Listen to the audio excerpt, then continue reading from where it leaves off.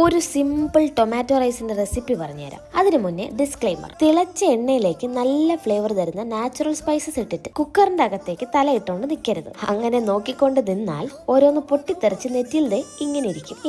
ഇത് വലിയ സീനൊന്നുമില്ല, ഒരു 3 ദിവസം കഴിഞ്ഞ് അങ്ങ് പൊക്കോളും. ഈ പാട് മാറാൻ ബോറോലിനാണ് എന്നെ സഹായിച്ചത്.